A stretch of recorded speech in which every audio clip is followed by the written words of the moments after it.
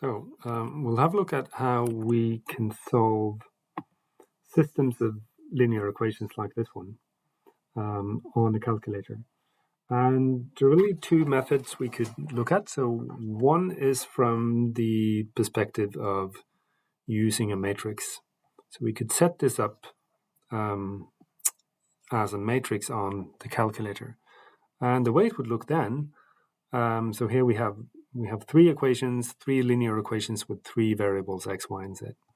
So if we set this up on our calculator, right, we have matrix A, which is a 3 by 3 matrix. And so we can enter the values here as 1, 1, 3, because it's 1x, 1y, and 3z. So this is only the left side of the equation, right? And then we have 3, and we have 2, and minus 1, and the last line is 2x, 1y, and 1z. So this is our first matrix. Now, we know then that for if we multiply a matrix A with a matrix X, and the resulting matrix is B, if we want to find the matrix X, we can't really divide matrix B with A, but we have to use the inverse of A. So we multiply the inverse of matrix A with matrix B. So what's the X matrix here? Well, X is really a column vector of variables, x, y, and z.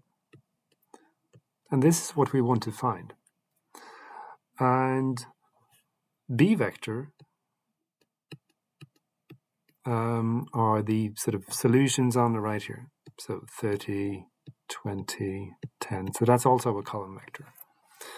And if we take our initial vector, the one we've put into Casio here, and find the inverse of that, then we can multiply it with the B vector, and the result should be this variable vector, and we'll find the solutions for x, y, and z.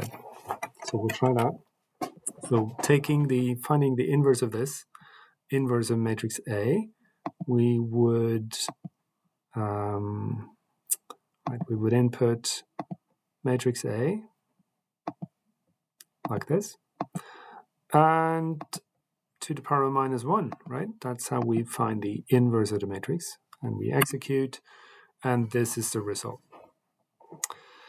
Again, we have these decimal numbers. You can write these as fractions instead. These decimals aren't too bad to work with. And I've taken the liberty to input that matrix as matrix C here. So this is the inverse matrix. Now, if we now multiply the inverse with our B matrix, we have to enter our matrix B. So we could put that into B here. The dimensions of matrix B is going to be 3 by 1, because it has 3 rows and 1 column. And the values are 30, 20, and 10, like that. And we multiply matrix C, was it? By matrix B.